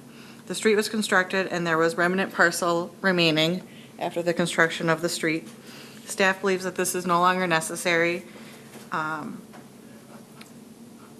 We would look to reach out to the adjacent property owners for the sale of the properties. They are currently maintaining the sidewalks and mowing any lawn that is along those areas. I would be looking for the Plan Commission to recommend to the City Council that these parcels be declared excess and available for sale. Any questions? I don't see any. Thank you. Since we are the applicant, we don't have to call that forward. This is a public hearing. Is there anyone who'd like to speak to this issue? Is there anyone who'd like to speak to this issue? Seeing none, I'll close the public hearing, and I'd be looking for a motion. Move approval. We have a motion. I'll second it. We have a second. Any discussion? Seeing none, all those in favor? Aye. Any opposed? Motion carries. All right, next item on the agenda for recommendation, excess land to declare vacant land as excess land, Alpine Road north of the North Crossing.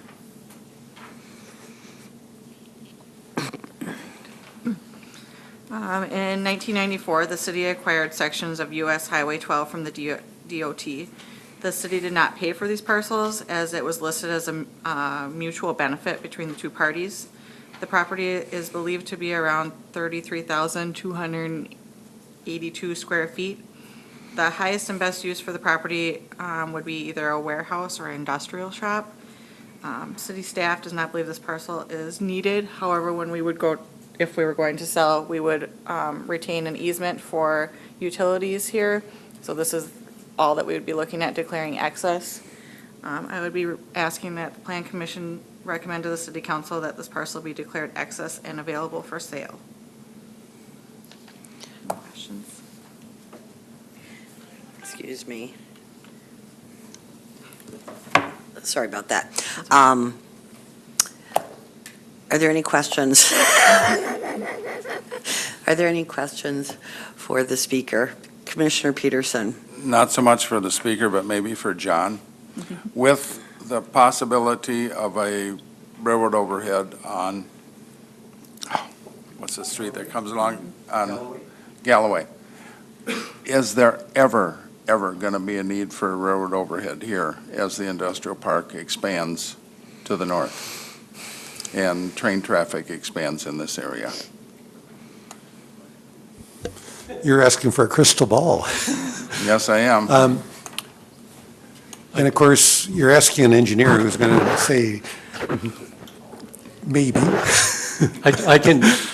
I know there was a Claremont Avenue County T corridor study done about 10 years ago that did say something that should be looked at in the future is a grade separation here.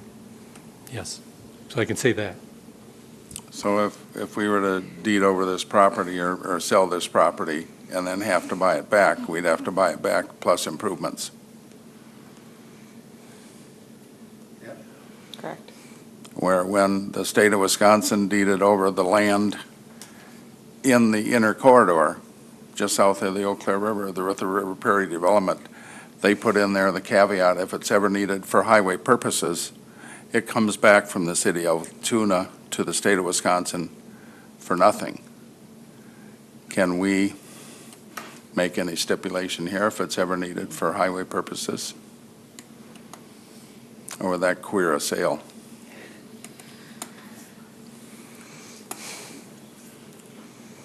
The answer is yes, but it can create a problem with a sale, yes. Yeah. I mean, there's always the option, but. Well, Maybe we'll build that bridge when we come to it. Yeah. Little engineering humor there. Commissioner Mitchell, did you want to say something? well, was that something the Plan Commission would do anyway? Wouldn't that be at the council level or at the sale point rather than here? I think the folks upstairs and council should be made aware of this thought. It's kind of speculative, but and whether or not it's needed, I think engineering should actually look at if they did a grade separation, what would it involve? It may not involve this property. Yeah, you could put up retaining walls and maybe not get into the properties. It'd be more expensive to put up retaining walls rather than slopes, but maybe it's something you should look into. Well, you're going to need them at the railroad tracks anyway. Frankly, when you look at the size of that parcel after the utility easement's gone, mostly, and the power lines that go through there, mostly I think you're looking at parking lots for the buildings to the south as a potential use. Okay. But if we were to have to buy it back and take out their parking lots, then they wouldn't be in conformance with needed parking. Just look into it and maybe bring it up to the council. Commissioner A possible Klinkhammer? need. Who would need to look at it? Legal or engineering or what?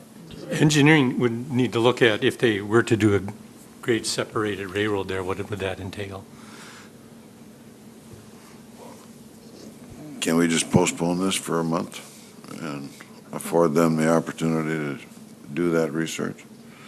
I mean, at this point, there's no party that's looking to purchase it at Okay. this minute, so it's, I mean, that would be fine. Would a month afford them the opportunity to do? I do know that Dave did look, he was part of the decision to bring this forward as excess land. Yeah, he did, So there has request been that we some look at it. keep this for potential expansion of the road here, but nothing was ever. Have I mean, looked he at it. has looked at it. But specifically with the concern that he had, as far as building an overpass there? Don't know what criteria Dave used. If I may speak, I think you can look at existing traffic on T or North Claremont and look at existing train traffic and see what the threshold Oh, I would think be. Commissioner Klinkhammer's question was whether it would be needed for not whether an overhead crossing is needed, but whether that land would be needed if one is built. Yeah, you could look at maybe do a quick look at what the footprint is needed. So, can I make a motion to postpone this for a month? You can. I will so And I'll move. second. All right, we have a motion and a second. Do we have any discussion? Commissioner Mitchell? Sure, I think it's a good idea as long as somebody has written down why we're postponing it, and we'll pass that information along. Daryl, have you done that? Okay. All right, is there any other discussion? Okay, so we're calling the vote for whether or not to postpone this issue until engineering can take a look at whether or not a future railroad bridge would be needed. All those in favor? Aye. Any opposed? Motion carries. All right, so that's delayed. Next item on the agenda for recommendation, excess land, to declare two properties excess land at 1939 Cleveland Street and 553 Franklin Street. As part of the transitional housing program, 1939 Cleveland Street, 553 Franklin Street, and 728 Niagara Street were approved by the City Council to purchase in September of 1994. 728 Niagara Street was transferred to the City of Eau Claire Housing Authority in 1994. Staff believes that the other two parcels were intended to be transferred to the Housing Authority for the transitional housing program, but were never transferred. City staff does not have a need for these parcels and is requesting Plan Commission recommend to the City Council that these properties be declared excess and sold to the Housing Authority.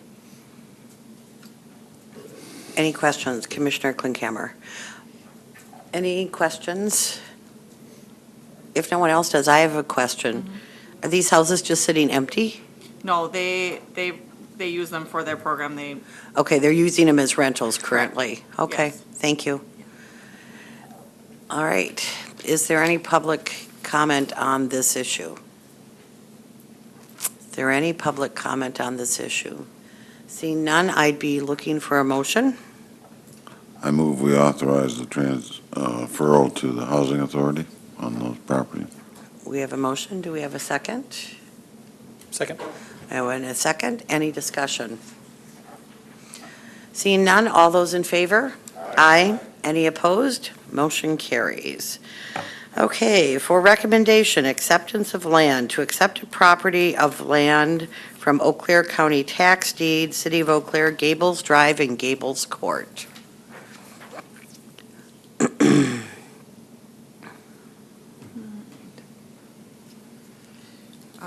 The Eau Claire County has the option to take parcels, well, these two highlighted parcels, by tax deed along Gables Court and Gables Drive. These parcels were a part of an approved plat that was to be maintained by an association. The association was never formed and doesn't exist to this day. City staff believes that these parcels are needed for drainage and believe that now is the opportunity to acquire them to ensure that they are not purchased by a private party or development attempted on those parcels of land. The City of Eau Claire would enter into an agreement with Eau Claire County that we would purchase the properties before they acquired them. Back taxes and recording fees amount to around $9,000. I'd be looking for the Plan Commission to recommend to the City Council to authorize the purchase. Thank you. Are there any questions? I don't see any. This is a public hearing. Is there anyone who'd like to speak to this issue? Is there anyone who'd like to speak to this issue? Seeing none, we'll close the public hearing, and I'd be looking for a motion. I move approval. We have a motion. Do we have a second? I'll second. And a second. Any discussion? Okay, all those in favor? Aye. Any opposed? Motion carries. Next item, transfer land from the RDA to the City of Eau Claire at Cannery District Trail. I'm glad you have lots of maps.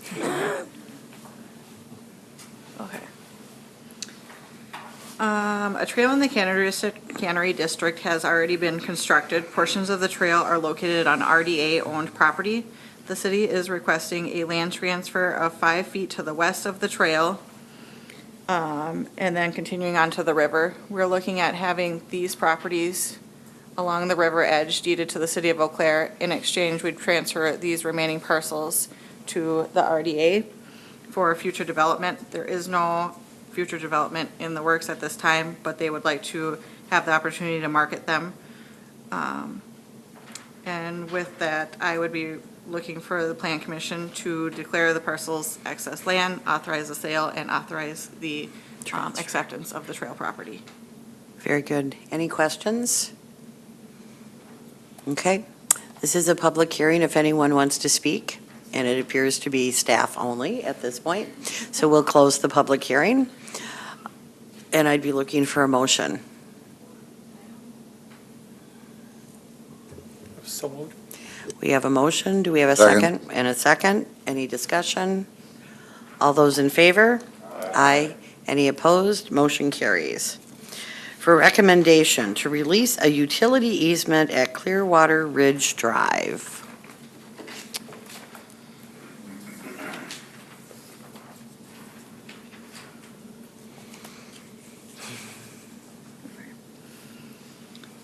As part of the Clearwater Ridge Plat recorded in September of 1995, an easement was located on the north edge of lots 15 and 16. In July of 2017, a new plat for Autumn Birch condominiums was recorded and included the easement. The easement goes into the middle of Unit 4. City staff does not see a need for this easement, and we are recommending that the easement be released. Any questions? I don't see any. I wouldn't want a utility easement in the middle of my condo either. All right, this is a public hearing, but there's no one to speak. I'd be looking for a motion then. I move approval. We have a motion. I'm looking for a second. Second. Thank you. Any discussion? All those in favor? Aye. Any opposed? Motion carries. And down to the last items. Number 11, 2018 Plan Progress Report. Each year, we present to the Plan Commission report on the progress being made towards the completion of the various tasks identified in the plan implementation chapter of our comprehensive plan. The first section of this report lists the tasks and provides then a status report in italics. And these were tasks identified at your first meeting a year ago. Then we also add to that list other tasks that were identified by Plan Commission or City Council during the year, and that is section 2 of your report. And then we add to the end of that list the planning tasks or new tasks identified in our comprehensive plan for 2018 that we should start as this year's work program. And we also then include with that the carryovers from 2017, and that essentially is section 3. So we're here tonight to see if there's any other items you want to add to the list, particularly to 2018, next year's work program. I can go through this, or I can simply just answer questions, if any of you have any questions. Does anyone have any questions for Darrell? Commissioner Mitchell. I do. On items 20 and 21 in section 1, Yes. alley trash collection and sidewalk inspection program, you say they were identified in the neighborhood report. What does that mean? That you're not going to do it, or you? I do know, I found out today. They are looking at amendments to our trash collection ordinance in the city, whether that includes what the neighborhood revitalization report got into, which is basically trying to get trash collection back in the alleys in some of these older neighborhoods or not, I do not know. The sidewalk inspection program, I know we used to have a sidewalk inspector. That position was not filled 1 or 2 budgets ago. But I do know some sidewalk inspection does occur, but it's not occurring on a regular basis as was done in the past. And that's why, again, that was brought up as part of that neighborhood revitalization report. So I'm not sure what else I can say other than those are what I hear or know about it, so. May I? Go ahead. I have something that I would be interested in adding, but I don't know that you want to add it just because one person is interested. But a few years ago, the Plan Commission took up the topic of granny flats. Oh. And then I missed a meeting and they decided not to pursue it. And I never got back to it then after that. But I think that I would like to see us look, not necessarily at granny flats per se, but the idea of the zoning code providing for housing that could house multi-generational families. Disa Wallstrand built a house like that. If any of you know her at Air, she built a house with a place for her parents. And there are certain restrictions on it, and I know that there are issues, especially if people wanted to build in the older neighborhoods, worrying about what happens when the parents die and you have then an apartment in your house, and then it becomes something like a duplex. I know there's a lot of issues, but I think we're reaching the point in the city now where people are really interested in that. And so that's something that if others are interested, I'd like to see us look at in 18. Disa solved her problem by finding R2 zoning, so essentially she built a duplex. That's how she got around it. But this is an idea that was supported at the staff level when it was brought up a few years ago. And the Plan Commission didn't want to go forward with it because there is a significant amount of student housing in this community, and there's always the potential of this being abused, particularly when someday grandma passes away and now you have an apartment within a single-family home. So I remember the discussion we Yeah. had about that is, how do you restrict it so you can't rent it to anyone other than family members? And that was difficult. It also poses interesting questions in terms of people trying to obtain financing because the zoning does have to match. Yep. And if it's a duplex, the minimum down payment jumps to 15% as opposed to 5% for a single family. So there's some complications, some of which don't concern the Planning Commission. But again, if that's something that Plan Commission desires to have discussed in 2018, now would be the time.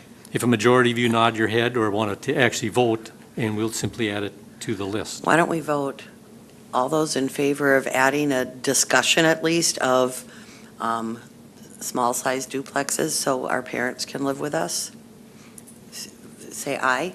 Aye. Yeah. Actually, I thought of an issue too that is probably more of a millennial issue, but there's a lot of discussion on Facebook about tiny homes. Okay. And I think that we need to at least have a discussion about whether or not tiny homes would be allowed, and if so, where.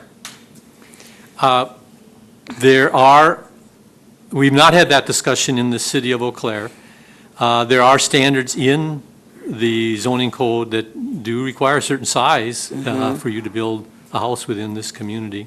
Few people know that, but there are. Yeah. But as long as you meet those standards, you can build essentially a pretty small house in this community. Well- But there are other communities that have taken it and gone further in terms of allowing this idea of tiny homes. Yeah, because some Now, of these tiny homes are only like 200 square feet. Right, and there are provisions under our planned development ordinance, essentially that you could probably do a planned development tiny home type thing, because in a planned development, you can waive a lot of standards. But if that's a discussion that this plan commission wants to have, then now would be again the time to either a majority of you nodding your head or vote, and we can add it to the list. Do we want to vote on that? Yeah, I think we should, because I think that we should plan for it before it comes here, and then we say, oh, now what do we do with it? We may as well have the discussion. All We those don't in have to agree, we just, I think we have to get ahead of the curve too, because Chippewa Falls is certainly getting into them quite a bit, so it's coming. I think Chippewa Falls has only approved it for their homeless program for one particular church, but at least they've looked at it, at the issue. And the other thing about tiny homes is that most of them are designed to not be permanent structures, okay? They're designed to be movable with wheels and a hitch, and that's going to create issues with building code and all sorts of other things when you get into those types of structures, just so you understand that. All right, all those in favor of at least having a discussion about tiny homes, raise your hand. All right, I think we think it's uniformly an idea whose time has come. Put the grannies up. They don't want to try and climb those stairs up to the bedroom lofts. if you don't mind, there's a television show all about There tiny is. homes. They're It's wonderful. High-end, high-tech little things. Okay. We've added those two. Okay. Is there anything else anyone sees as a pertinent issue? I think we're out of ideas. All right, so next, beyond that, hold on, let me find my thing. Code compliance items. Anyone have anything? Nope. Future agenda items? Nope. Any additions or corrections to the minutes? Seeing none, I call us adjourned.